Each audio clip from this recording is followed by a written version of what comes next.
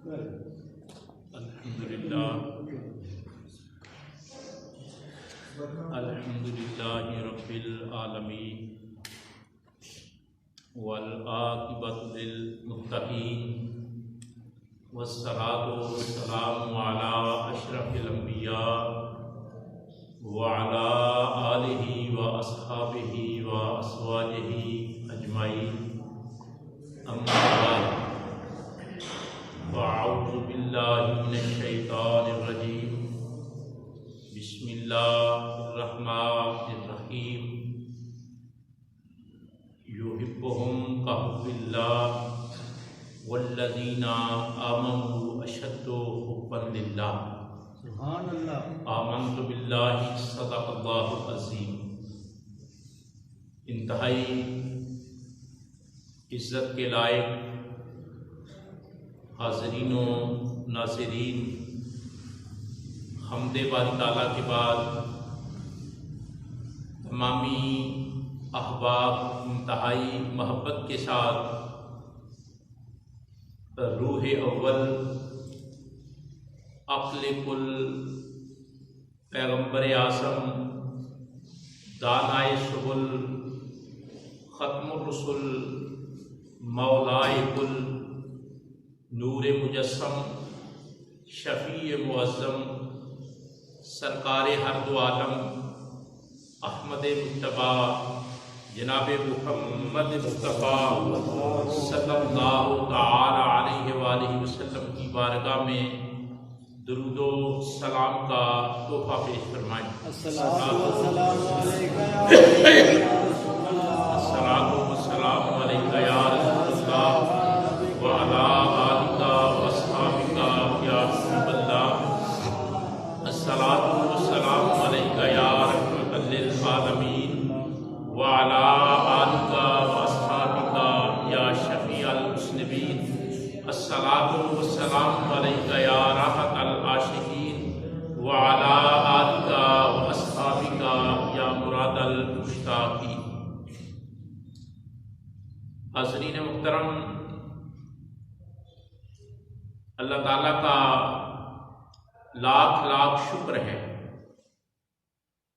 کہ اس نے ہم عاجز بندوں کو اپنی بندگی کے لیے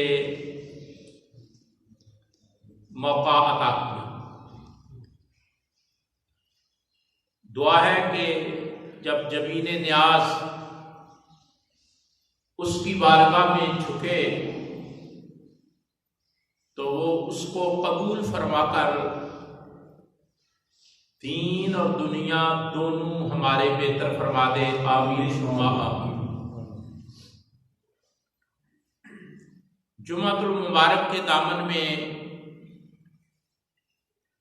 کچھ خاص گھڑیاں ہوتی ہیں۔ یوں ہی سرکار دو عالم صلی اللہ علیہ وآلہ وسلم نے ایک انتظام کے ساتھ، ایک ڈسپلن کے ساتھ، ایک ترتیب کے ساتھ اس نماز کو ادا کرنے کا حکم نہیں دیا۔ اس کے پیچھے ہزارہا حکمتیں ہیں، اور وہ حکمتیں رسالت مآب صلی اللہ علیہ وآلہ وسلم کی فراست، نبوت کی نظر اور نبوت کا علم تاڑ کر تعلیم کے لیے اپنی امت کو ارشاد کی جاتی ہیں تاکہ وہ ان سے استفادہ کریں۔ نبی کریم صلی اللہ علیہ وآلہ وسلم نے رہنمائی فرمائی، یہ بھی اللہ کا کرم ہے، حضور کا آنا یہ بھی اللہ کا کرم ہے، اور حضور کا امتی ہونا ہمارے لیے یہ اللہ کا خاص فضل ہے۔ نبی پاک صلی اللہ علیہ وآلہ وسلم کا کائنات میں جلوہ گر ہونا یہ بھی اللہ کا فضل ہے، اور ہم جیسے لوگوں کو سرکار کا امتی بننا، سرکار کا کلمہ نصیب ہونا یہ بھی ہم پر اللہ کا فضل ہے۔